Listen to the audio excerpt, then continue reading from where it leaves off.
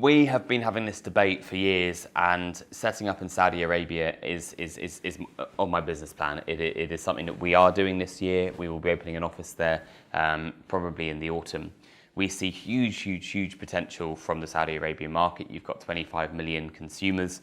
The country is opening up. Cinemas opening up. You name it. The country is changing, and we decided a couple of years ago that we'd be silly not to try and benefit from this social change that's happening in Saudi Arabia, but also with their plans for 30-year plans, and they're opening their own free zone, their own version of the IFC.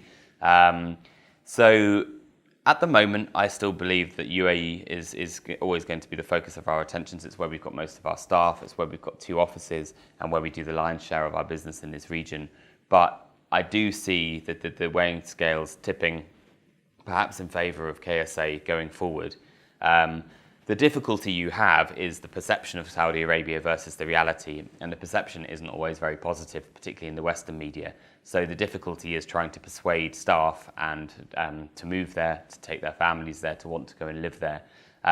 But as it improves and as it becomes less strict, less conservative of a place, I do believe that we will start seeing more people recognising the possibilities and the business possibilities of being in Saudi. Now, we have already signed terms, and we will be setting up an office there, as I said, just after the summer.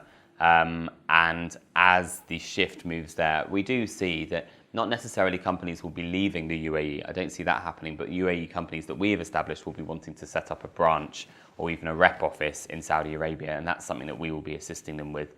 And in the future, maybe you'll see big companies wanting to be headquartered in Saudi as opposed to the UAE. But I think some have been saying that Saudis and the tourists won't be coming to the UAE as much. As Saudi opens up, there won't be such a flood of people coming here for business because the business is being done in Saudi.